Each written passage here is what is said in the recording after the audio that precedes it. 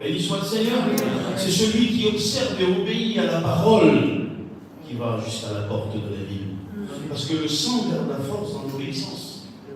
Après avoir été sauvé et introduit sur le petit chemin par le sang, il faut respecter les règles du petit chemin pour aller jusqu'aux portes de la ville. Alléluia. Il est écrit, sans la sanctification, personne ne verra le Seigneur. La sanctification ne donne pas le salut. C'est la sainteté, la part de Dieu qui nous donne le salut. C'est le sang saint du Christ. Mais la sanctification nous aide à le garder. Car si nous ne nous sanctifions pas, nous ne verrons pas le Seigneur. Et c'est la parole qui nous sanctifie. C'est parce que nous la respectons.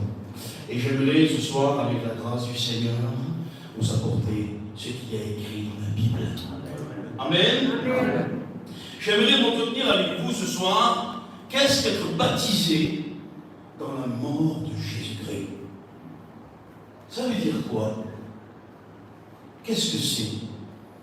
Être baptisé dans la mort de Jésus-Christ. C'est un texte biblique, c'est un fait biblique. C'est une expérience qu'on peut faire et que chaque chrétien, chaque véritable chrétien a fait. Vous savez, dans le monde, ce qui est naturel, pour mourir, il faut naître. Vous êtes d'accord? Eh bien, pas en Dieu. En Dieu, il faut mourir pour naître. C'est le contraire. Vous comprenez? Une personne dans la vie de la chair de la terre, pour qu'elle puisse mourir, il faut d'abord qu'elle soit née. Mais en Dieu, il faut d'abord mourir pour vivre. Ça ne va pas dans les deux sens, vous comprenez? On demande à certains gens de vivre pour Dieu alors qu'ils ne sont pas morts en Christ. Vous n'y arriverez pas. Vous n'y arriverez pas. On demande à certains de changer leur habit, mais le cœur n'est pas changé. Et si le cœur est changé, tout va changer. Vous comprenez? Si le cœur va changer. On demande à certaines personnes de ne plus aimer ce qu'il y a dans le monde et le monde. On demande à certaines personnes de ne plus se mêler au monde, de ne plus regarder le monde, de ne plus aller vers le monde. Mais leur cœur est encore au monde. Ils ne sont pas morts. Ce n'est pas une amélioration qu'il faut. C'est une exécution. Ah oui. C'est ça qu'il faut. C'est une exécution. Au poteau d'exécution, il faut mourir. Voulez-vous être tout ce que Jésus est? Amen. Alors il faut renoncer à tout ce que vous êtes. Voulez-vous connaître sa volonté? Amen. Eh bien, il faut renoncer à la vôtre. Parce que les deux ne sont pas compatibles. Ce n'est pas possible. Il faut que l'ancien moi meure pour que le nouveau lui puisse naître. Il ne cohabite pas avec l'ancienne nature. Ce n'est pas possible. Non, il faut d'abord que l'ancienne nature meure. Mais elle meurt où? À quel moment? À quel endroit? Dans la mort de Jésus. Dans la mort de Jésus-Christ. Nous sommes pardonnés et délivrés de la nature pécheresse. Et dans sa résurrection, nous trouvons la vie, la nouvelle naissance. Romains 6, verset 3, il est écrit comme ça. Ignorez-vous que nous tous qui avons été baptisés en Jésus-Christ, c'est dans sa mort que nous avons été baptisés. Là, le mot original, c'est plonger, immergé, totalement submergé. Et là, le verbe original, il prend une forme particulière dans l'intelligence du verset. C'est être immergé pour revêtir toutes les caractéristiques en quoi nous avons été plongés. Comme si vous prendrez, mettons, un vêtement blanc et que vous le mettez dans une teinture rouge, il ressort de quelle couleur? Il ressort rouge. Comme un linge plongé dans une teinture pour en prendre et en ressortir de la même couleur. Et il est écrit dans Galates 3, 27, vous tous qui avez été baptisés en Christ, vous avez revêtu Christ. Vous avez revêtu Christ. Ça veut dire son caractère. Ça veut dire son regard. Ça veut dire ses paroles. Ça veut dire que le rythme cardiaque de notre cœur a changé. Il s'est aligné au rythme du cœur de l'agneau. Et il a commencé à aimer Dieu. Et il a commencé à aimer celui qui le haït. Il a commencé à aimer celui qui le persécute. Il a commencé à vouloir, à désirer un profond désir ardent à rendre le bien pour le mal. À faire pour les autres ce qu'on voudrait qu'on fasse pour nous. À donner son manteau à celui qui vole sa tunique. À tendre la joue à celui qui nous frappe sur notre joue. À agir comme le Christ. Comme le Christ. On dit parfois sur certains, il est parti. Mais non, il n'est jamais venu. Il n'est jamais venu. Pourquoi? Parce qu'il savait le prouver qu'il n'est jamais venu. Il est toujours resté de la couleur du monde. Quand nous sommes plongés dans la mort du Christ, nous ressortons de la même couleur que le Christ. Il est écrit, vous qui avez été baptisés en Jésus-Christ, vous avez revêtu Christ. Ici, il ne s'agit pas du baptême d'eau, vous savez, qui ne peut sauver, qui n'est pas salutaire, qui n'est qu'une image. Parce que le baptême d'eau que nous prenons au nom du Père, du Fils et du Saint-Esprit est un témoignage visible d'une opération invisible qui s'est passée au préalable. Un changement intérieur. Et que nous sommes morts à nous-mêmes et maintenant vivants en Jésus-Christ. Mais c'est avec une métaphore que l'apôtre Paul nous parle, en parabole si vous voulez. Il emploie ce verbe, la baptizo, immerger, plonger, pour nous parler d'une immersion dans la personne du Christ. C'est merveilleux ça. Baptiser dans la mort de Jésus, c'est être immergé dans la personne même du Christ. C'est découvrir les sentiments de son cœur. C'est partager sa pensée et sa vision. Et alors nos pas changent de direction. Alors nos mains ne frappent plus, elles bénissent. Alors nos regards ne s'irritent plus, ils ne jugent plus. Ils cherchent les besoins pour bénir. Nos paroles ont changé. Nos conversations ont changé. Notre direction a changé. Notre volonté a changé. Nous avons été immergés dans la personne de Jésus-Christ. Et nous sommes ressortis de la même couleur que le Christ. Oui, nous sommes plongés dans sa mort pour en revêtir toutes les qualités de justice, d'amour et de sainteté. Parce que quand nous avons été délivrés de la nature pécheresse à travers le pardon et la mort du Christ, on commence à haïr ce qu'aime Dieu. Et on commence à aimer ce qu'aime Dieu. C'est quelque chose de logique, vous comprenez? Savez-vous que Dieu nous enseigne la haine? Ce que tu dis, pasteur. Oui, Dieu nous enseigne la haine du péché. La haine du mal.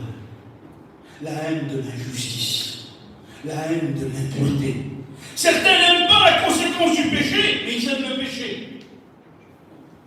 Ah non, il faut haïr la conséquence du péché, mais attention, être délivré de la nature pécheresse nous donne à haïr le péché lui-même. Lui-même! Vous savez, un homme de Dieu a dit, quand tu prêches l'évangile, si à la fin de la prédication, les gens dans l'auditoire n'haïssent pas le péché ou toi, tu n'as pas réussi ta prédication. À la fin de la prédication, il va falloir que tu haïsses le péché ou que tu m'haïsses à moi, mais un des deux. Autrement, je n'ai pas réussi. J'aimerais te dire que le péché est sale. Le péché, il mène en enfer. Le péché, il abaisse l'homme. Il le rend semblable à une bête. Il enlève la conscience et l'image de Dieu. Mais quand nous sommes plongés dans la mort de Jésus-Christ, nous sommes délivrés de la nature pécheresse. Délivrés de la nature pécheresse. Non seulement nous sommes délivrés de la conséquence du péché, mais nous commençons à haïr le péché lui-même. Romains 6, verset 5 nous dit la nécessité, c'est quelque chose de primordial, quelque chose qu'on ne peut éviter. d'être baptisé, immergé dans la mort de Jésus-Christ. Quelqu'un qui n'a pas été immergé dans la mort du Christ, ne le baptisez pas, ça ne sert à rien. Quelqu'un qui n'a pas été immergé dans la mort du Christ, n'essayez pas de changer son avis, vous allez lui faire du mal. Quelqu'un qui n'a pas été immergé dans la mort de Jésus-Christ, n'essayez pas de lui dire qu'il parle bien à son mari, ou alors qu'elle soit gentille avec sa femme. Vous n'y arriverez pas. Vous n'y arriverez pas. Ce n'est pas de la psychologie qu'il faut. Non, ce n'est pas des belles paroles. Non, c'est pas ça. C'est pas une thérapeutique. On n'a pas besoin de ça. Ça peut améliorer un caractère. Mais ce qui vient changer la nature profonde de l'homme et de la femme, c'est être immergé dans la personne du Christ. Immergé dans la mort de Jésus-Christ. Et là, Romains 6,5 nous en dit la nécessité. C'est un processus indispensable au Seigneur. Il est écrit comme ça.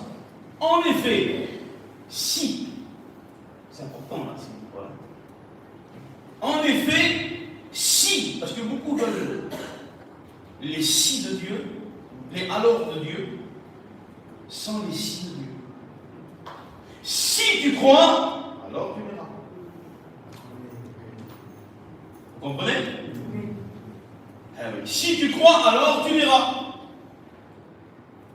Et beaucoup veulent les alors de Dieu sans les si de Dieu. En effet, si nous sommes devenus une seule plante avec lui par la conformité à sa mort, nous le serons aussi par la conformité à sa résurrection. Alors ça veut dire qu'on gîte ensemble. Parce qu'il faut le dire en gitan maintenant. Hein? Il veut dire quoi ce texte en gitan? Ça veut dire que si tu n'acceptes pas de mourir avec lui sur la terre, tu ne pourras jamais vivre avec lui dans le ciel. C'est pas plus simple que ça. C'est comme ça. Je n'y arrive pas! Tu veux y arriver? Accepte de mourir. Accepte de mourir. Mais j'y arrive pas, moi! Avec mon caractère, je n'y arrive pas dans mon foyer! Je n'arrive pas, ça met toujours sur moi, je ne maîtrise pas, comment je vais faire? Accepte de mourir. Il faut mourir. Il faut que tu sois immergé dans la mort de Jésus-Christ. Il en ressortira une personne nouvelle et délivrée de la nature de chasse. C'est un miracle de toi-même, tu n'y arriveras pas. L'homme peut s'améliorer, il n'y a que Dieu qui le change. Amen. J'aimerais vous le redire. L'homme peut s'améliorer, et il n'y a que Dieu qui le change. Alléluia. Et le moyen est donné à la croix, dans les meurtrissures du Nazaréen, dans la mort du Nazaréen, dans le sang du Nazaréen. Si tu acceptes de venir te plonger dans la personne du Christ, si tu acceptes de mourir avec lui à la croix, de crucifier ta chair avec lui, alors tu verras les désirs charnels, les désirs mondains, les désirs ténébreux mourir en toi, et une personne lumière naître. Parce qu'il est écrit que si nous demeurons dans la lumière, comme lui-même est dans la lumière, alors le sang de son Fils nous purifie de tout péché. Alléluia. Béni soit le Seigneur. Il y a un si pour un alors. Si nous ne mourrons pas avec lui à la croix, alors nous ne pourrons jamais vivre avec lui dans les cieux. Il faut impérativement, écoute, c'est inévitable. Tu ne peux pas aller au-delà. C'est impossible. De toute façon, il voit tout. Celui qui passe par la fenêtre, lui le sait. Nous, des fois, on ne voit pas, mon frère. Il y en a qui passent par la fenêtre. Ils ont une pipe dans les mains, un foulard sur la tête, une activité évangélique. Ils sont une chorale, passent une chaise, ouvrent une porte. Ils sont là, dans le piquet du chapiteau. C'est bien, mais on a créé des religieux. À cause de la tolérance. Oui, mais il va s'améliorer. Oui, mais attention, au bout d'1 an, 2 ans, 5 ans, 10 ans, il ne s'est pas amélioré, le gars, il n'est pas mort en Christ. Comment ça? Tous les jours, tout le temps, mais quelqu'un qui est mort en Jésus-Christ, il est vraiment mort. Hein. Son intérêt propre n'existe plus. Hein. Il a plus le regard ici-bas, il a le regard en haut. Hein. Quand il se dispute avec quelqu'un, quand quelqu'un se dispute avec lui, il ne cherche pas à se disputer. Hein. Quand quelqu'un lui parle mal, il ne cherche pas à lui parler mal. Attention, il ne cherche pas de justice terrestre, il ne cherche qu'une justice céleste. Amen. Vous reconnaîtrez celui qui sert Dieu et celui qui ne le sert pas. Hein, par rapport à quoi? Un chrétien, il est gentil. Il n'y a pas plus gentil qu'un chrétien. Eh oui, avant là-bas, vous ne pouvez pas lui dire bonjour. C'était une chenille urticante, vous ne pouvez pas la toucher. Et maintenant, vous ne lui souriez pas, il vous sourit. Vous êtes sur une place avec lui, avec elle, vous faites des criades à tout le monde, il meurt pour vous l'inviter, elle meurt pour vous l'appeler, vous ne l'appelez pas. Dès qu'il fait un petit café, il vous attend. C'est un chrétien. Il n'aura pas de mal pour le mal. Il rend le bien pour le mal. Il est gentil. Alléluia, on aime dans sa présence. Vous ne l'avez pas appelé, il vous appelle. Vous ne dites pas bonjour, il vous dit bonjour. Vous ne le sourirez pas, il vous donne un sourire. Vous les stirez dans les magasins, il vous cherche, il met la main sous le caddie, il vous demande du Seigneur. C'est un chrétien. Il est mort en Jésus-Christ. Il cherche plus son intérêt. Tu m'as fait ça, je te fais ça. Tu m'as dit ça, je vais te dire ça. Ah, tu vas voir plus tard. Non, c'est discussion, lui. Il est mort. Il est mort. Elle est morte. Tu vas voir, il m'a parlé comme ça devant mon père, devant ma mère, devant mes frères. Quand tu vas voir maintenant qu'est-ce qui va se passer. Non, non, non. Une chrétienne qui est morte, elle accepte de mourir dans la prière. Elle ne cherche pas les moyens de vengeance. Dans son cœur ne cesse pas l'irritation ou le complot des chambres noires. Comment elle se vengera? Non. Une véritable chrétienne qui est morte en Jésus-Christ ne se plaint qu'à Dieu. Et accepte de mourir dans la prière. Un chrétien qui est mort en Jésus-Christ, le murmure ne sort pas de sa bouche. Sa seule défense, c'est un genou dans le secret. C'est ça une personne qui est morte en Christ. C'est ça. Ne cherche pas de se venger. Ne cherche pas de se battre avec des mots. Non, elle accepte de mourir. Elle est morte, elle est crucifiée. Ses deux mains, ses deux pieds sont à la croix avec le Christ. Oui, cela est impératif. Il faut impérativement être une seule plante avec Jésus-Christ, unis avec lui dans sa mort, pour devenir le champ de la résurrection. Très bien. L'Église est le champ de la résurrection. Béni soit le Seigneur. Alléluia. Mais attention, le grain qui sera récolté dans les greniers, c'est celui qui est mort en terre. Parce que le Christ va dire, si un grain demeure en terre, il ne peut porter du fruit. Et il ne sera pas récolté. Et il y en a qui restent superficiels. Ils restent à la surface, ils ne veulent pas mourir. Jamais ils ne porteront du fruit. Il y en a qui restent superficiels, ils restent à la surface de l'Église, à la limite du champ. Ils ne veulent pas entrer dans la terre. Qu'est-ce qui nous représente cette terre du champ? C'est la mort du Christ. Mourir dans la terre pour porter du fruit. Mourir à la croix. Parce que la décomposition biologique du grain met fin à sa vie de semence et donne vie à une nouvelle vie qui est une plante qui porte du fruit et qui peut être ramassée dans les greniers. Si tu restes superficiel dans une vie de religion, sans être mort à toi-même, sans avoir accepté de tout perdre pour être tout ce qu'il est lui, alors quand il reviendra, tu ne seras pas récolté dans les greniers. L'Église est semblable à un champ de blé d'or, baigné dans le soleil de justice. Tous les grains sont morts en terre.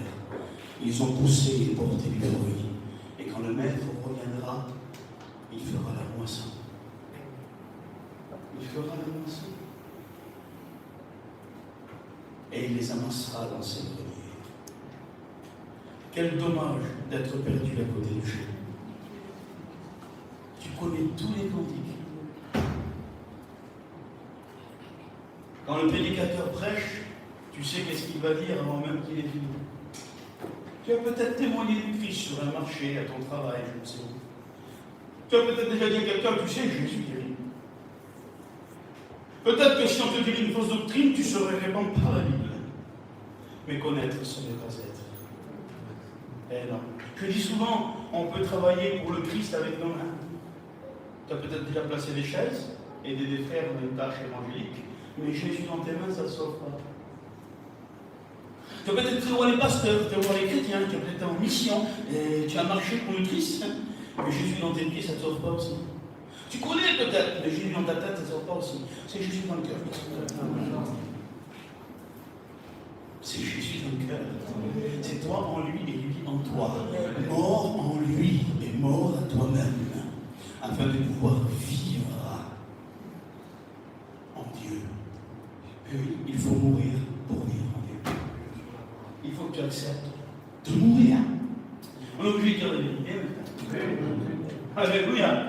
On est obligé, on a créé trop. Excusez-moi, je me mets avec vous, mes frères. Hein. Dans nos églises, on a créé des religieux. On a créé des superficiels. On a toléré.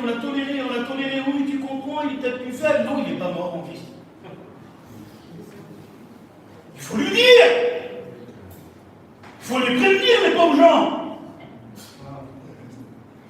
Il faut leur dire.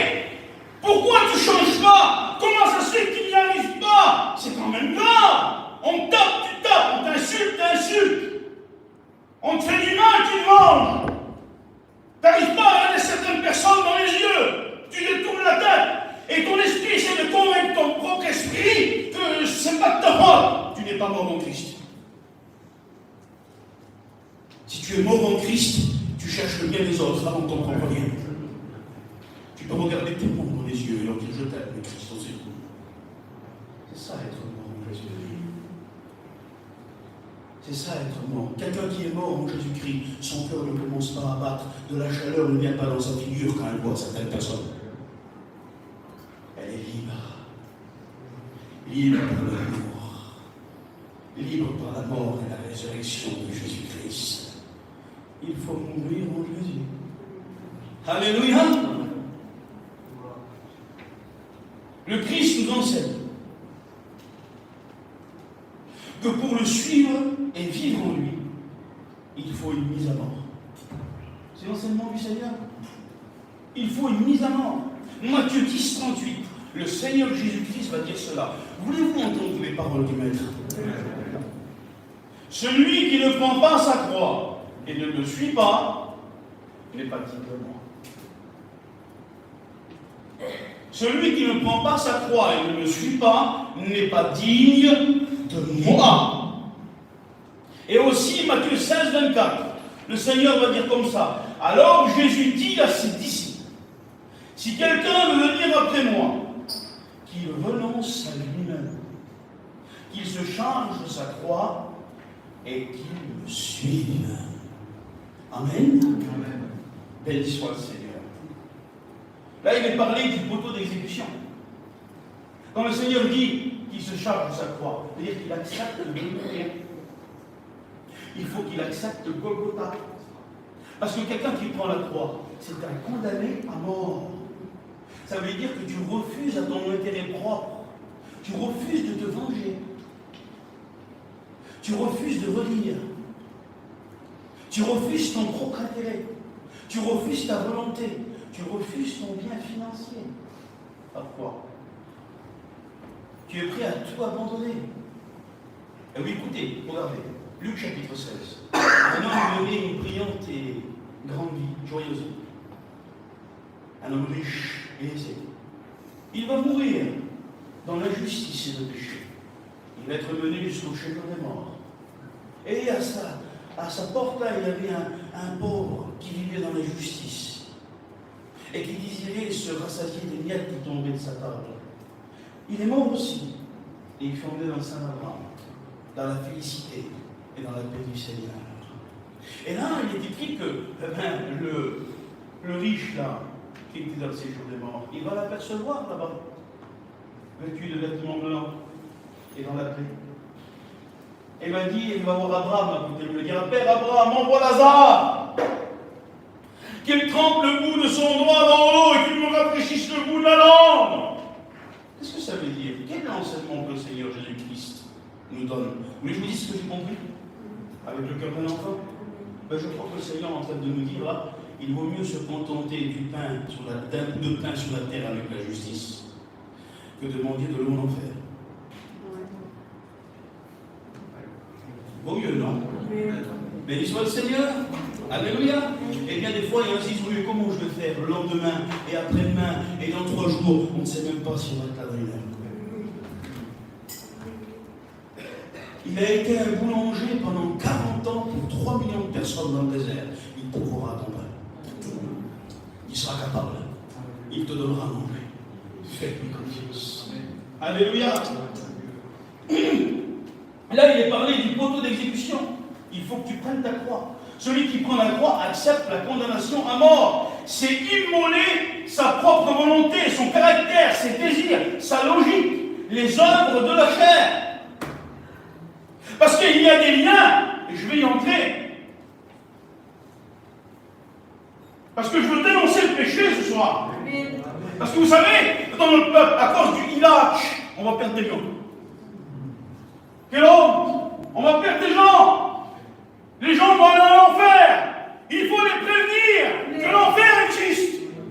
Et que ce qui mène à l'enfer, c'est la pratique du péché. Et ce qui sort, c'est la mort et la résurrection du Seigneur.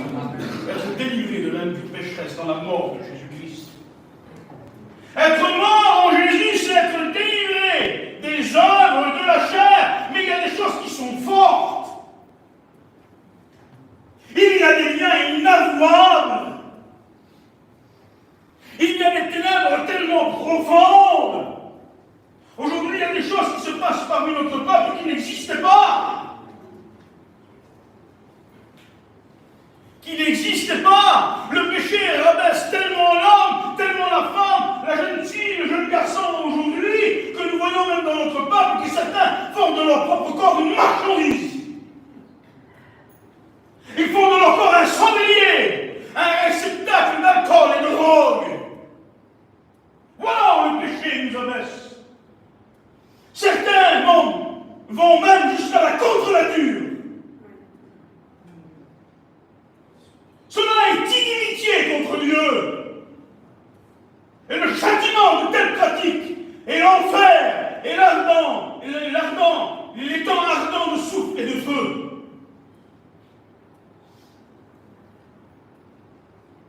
Mais il y a une solution.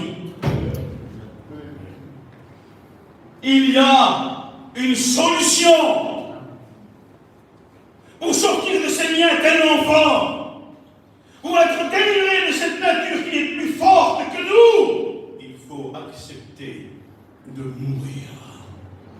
Et si tu meurs en Jésus-Christ, si nous mourons en Jésus-Christ, alors nous sommes délivrés des pratiques de la chair. Et vous, le nombre de cantiques que tu écouteras, de prédications, quelle que soit l'éloquence du prédicateur, comme une fois les prédicateurs ont posé les mains sur toi, ça ne te délivrera pas. Ce qui est ta délivrance, c'est accepter de mourir en lui. De dire, Seigneur, je suis un pécheur. Seigneur, je suis une pécheresse. Je vais en enfer, sauve-moi. Il te sauvera. Il te délivrera. Rien n'est plus le soulier l'entourant dans le royaume des cieux. Ne vous trompez pas. Rien. Vous imaginez, il a donné son fils sur la croix afin que le péché soit pardonné. À quel point le pécheur ne peut pas entrer dans les cieux sans passer par Jésus. Cela est impossible. Il y a une seule porte, un seul chemin, un seul moyen, c'est mourir en Christ. C'est mourir en Christ. Il y a des choses qui sont inoubliables, c'est vrai. Même si Dieu m'a donné une révélation ce soir, et que je citerai ton nom, que je pointerai le doigt vers toi, peut-être que tu dirais non, c'est pas vrai. Parce qu'il y a des choses qui peuvent se réunir contre toi et Dieu, et je t'en supplie, fais. je t'en supplie, règle tes affaires. Parce qu'une chose est certaine, que tu sois prêt ou que tu ne sois pas, lui, il revient. Amen. Lui, il revient. J'ai dit tout à l'heure, des fois, il y en a qui passent par la fenêtre et nous, on ne le voit pas. On ne sait pas. Et lui, il sait qu'il est revêtu de la vie de noces. Lui, il voit. Vous savez, moi, mes yeux charnels m'empêchent de voir au-delà de vos visages. Je peux vous voir pleurer des fois et croire que c'est vrai. Lever une main, croire que c'est vrai. Mais Dieu n'a pas des yeux charnels, Dieu est esprit. Moi, si je vois des visages, je sors du vois des cœurs. Et il connaît les vies. Et il connaît les vies. Vous savez pourquoi je prêche comme ça? Parce que Jésus revient, lui. Et parce que le péché mène en enfer. Et parce qu'il faut que tu te réveilles. Parce que le péché est mauvais. Et le Seigneur, il peut en délivrer. Le Seigneur, il peut nous en sauver. Mais il faut accepter les signes de Dieu. Et alors? Parce qu'attention, il nous a donné un salut gratuit. Et par grâce, mais conditionnel. Et ça, il ne faut pas l'oublier. Il faut la foi et la repentance. Béni soit le Seigneur. Il faut la foi et la repentance. Être baptisé dans la mort de Jésus-Christ signifie aussi être pardonné et délivré du péché. C'est la destruction de la nature pécheresse. Elle n'existe plus. C'est l'expiation. La destruction de la nature pécheresse. C'est être plongé dans la mort de Jésus pour trouver le seul moyen de pardon. Parce que le seul moyen de pardon, c'est dans sa chair rompue à la croix. Il n'y en a pas d'autre. Romains 6, regardez, 6 verset 7, il est écrit, sachant que notre vieil homme a été crucifié avec lui, afin que le corps du péché fût détruit, pour que nous ne soyons plus esclaves du péché, car celui qui est mort est libre du péché. Amen. Alléluia. Ça veut dire que celui qui n'arrive pas à ne plus pécher, à ne plus s'arrêter de pécher. Parce qu'attention, il faut mettre aussi là un accent. La nouvelle naissance n'est pas la garantie que tu ne pécheras plus. Non. La nouvelle naissance, c'est la garantie que tu ne supporteras plus le péché. Amen. Amen. Vous comprenez? Il y en a qui se disent peut-être là, oui, mais moi je pêche quand même. Je fais mal, c'est normal. Ne te trompe pas de ça. Quand tu pêches, tu pleures. Ah, c'est pas pareil. Quand on m'a parlé, tu dis, moi, un jour, il ne faut pas pour te dire, Seigneur, je ne manque pas. Tu supportes plus le péché, tu fais mal, il brûle. T'es de nouveau. C'est la plus grande preuve de la nouvelle naissance. Tant que le péché te fait pleurer, bénis Dieu, c'est un signe de santé spirituelle. C'est-à-dire que le Saint-Esprit travaille toujours avec toi. Cette tristesse, selon Dieu, là, qui nous pousse à la repentance. Et oui, c'est ça. Quelqu'un qui n'est pas mort en Jésus-Christ, qui n'a pas été délivré de la nature pécheresse. Le péché, il ne faut pas pleurer, il fait pas mal. Amen. Mais quelqu'un qui est mort en Jésus-Christ, et qui a pris conscience de la grossité des ténèbres du péché, à quel point le péché est vilain, quand il pêche, ça lui fait mal. Il pleure, il se met à genoux, il ferme sa porte, il se frappe la poitrine. Bénis Dieu, tu es vivant. Alléluia. Béni soit le Seigneur. Ça, il ne faut pas l'oublier. C'est dans sa mort que Jésus a détruit le péché et que Dieu le Père a pu le condamner. Romains 8,3. Dieu a condamné le péché dans la chair en envoyant à cause du péché son propre Fils dans une chair semblable au péché. Et celui qui meurt en Jésus est libre de la nature pécheresse. Libre de la nature pécheresse. Jésus-Christ, pourquoi il a pu nous délivrer à travers sa chair qui a été rompue? Et même parce que lui, il n'a jamais péché. Lui, il est resté saint. Béni soit Dieu.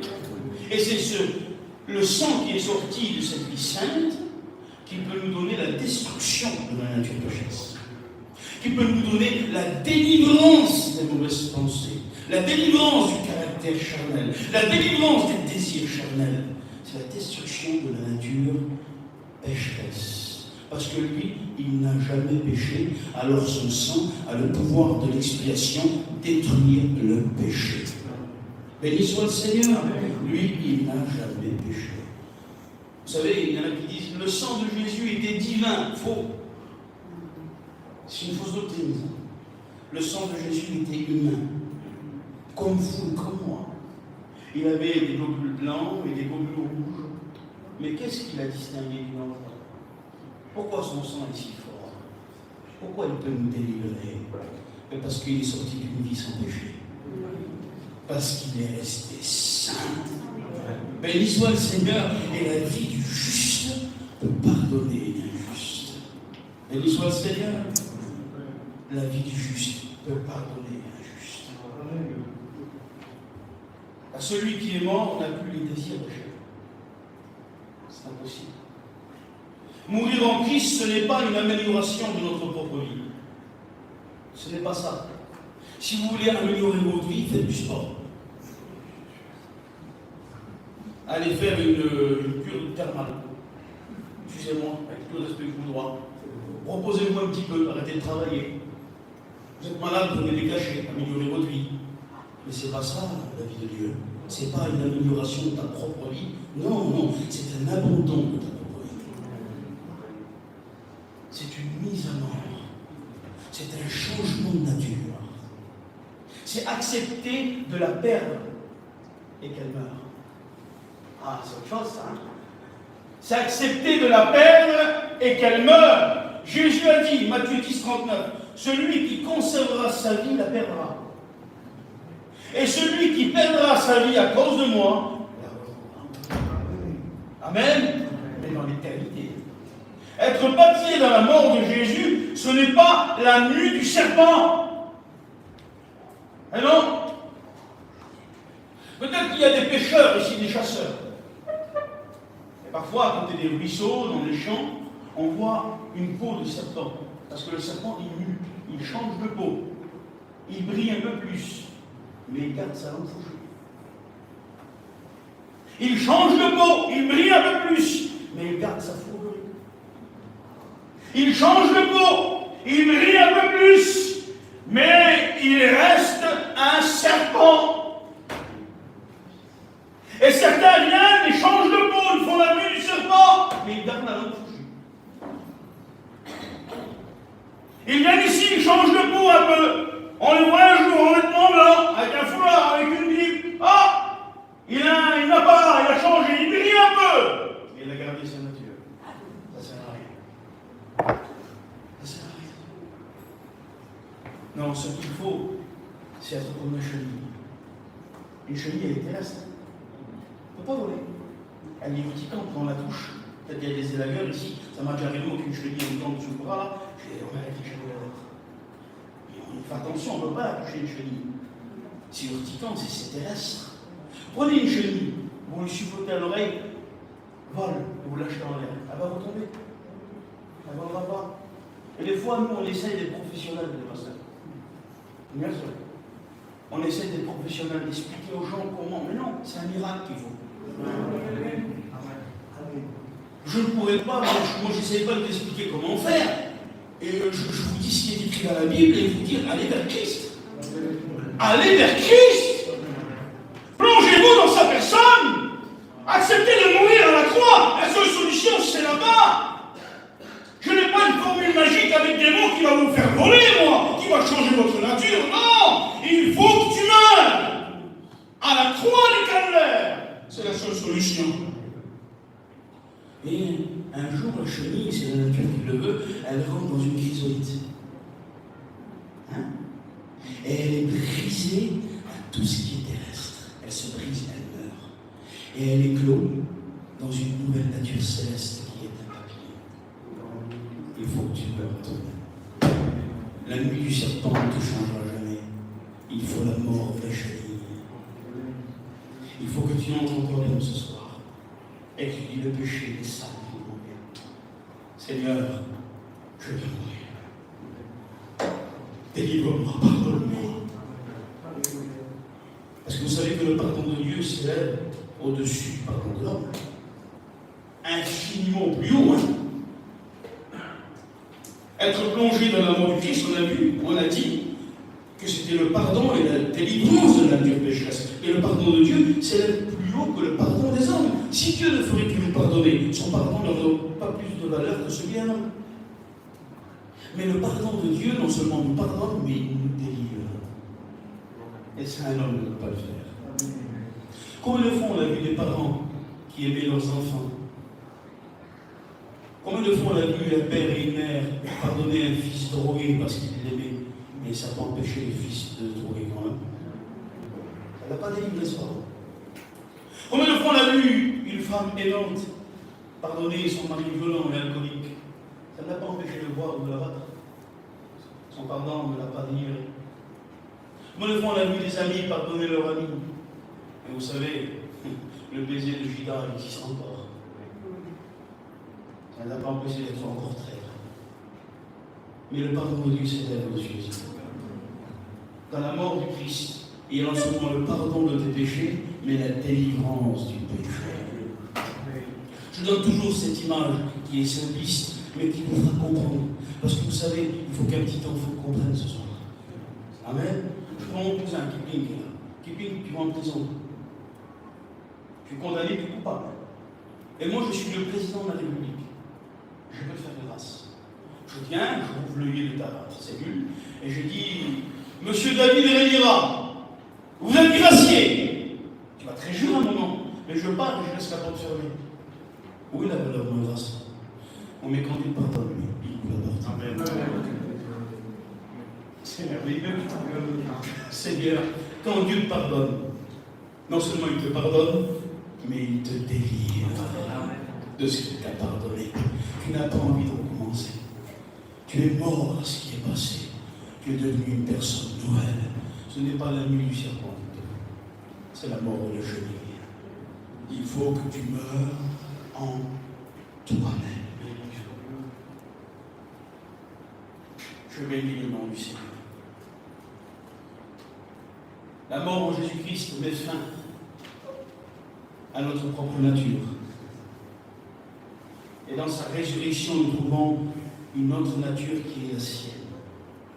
L'apôtre Pierre va nous dire dans sa première épître, nous avons été rendus participants à la nature divine.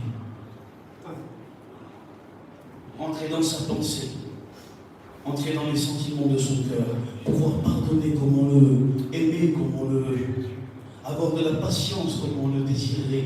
Pourquoi je n'arrive pas à avoir cette patience? Pourquoi je ne pardonne pas? Pourquoi j'ai ce désir de vengeance? Il faut que tu meurs. Il faut que tu acceptes l'exécution. Il faut que tu prennes la croix. Il y en a qui veulent une croix en plastique. Elle n'existe pas là. La croix du faux évangile. Fais tout ce que tu veux, tu seras sauvé. Non, tu vas dans l'enfer. Dieu est saint. Et son amour n'enlève pas sa justice. Et sa justice n'enlève pas sa sainteté. Alléluia. Une personne qui est plongée dans l'amour du Christ, elle n'a plus envie de pécher. Elle n'a plus envie de se venger. Elle n'a plus envie de mal parler. Elle haït le péché et elle a la poursuite de la sainteté. Vous savez quoi? On va prier le Seigneur. Béni soit Dieu. Comme ainsi. On prie Dieu.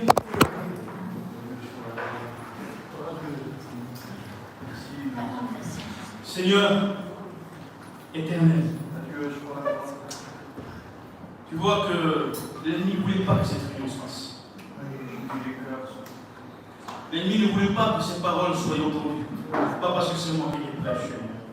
Je n'ai pas prêché un autre évangile que mes frères prêchent. À savoir Christ mort pour nos péchés et ressuscité le troisième jour pour la justification. Seigneur, j'ai confiance en ta parole. J'ai confiance en la puissance de ta parole. Tu dis, Seigneur, je l'ai fait dans ta parole, que celui qui veut te suivre et vivre en toi doit renoncer à lui-même, prendre sa croix et te suivre. Éternel, tu as parlé dans les cœurs. Tu connais ce qu'il y a dans le secret du cœur, dans le plus profond du cœur. Tu sais s'il y a de la lumière ou s'il y a des ténèbres. Tu sais s'il y a la perdition ou s'il y a le salut. Tu sais s'il y a l'impureté ou s'il y a la sainteté. Toi seul sais.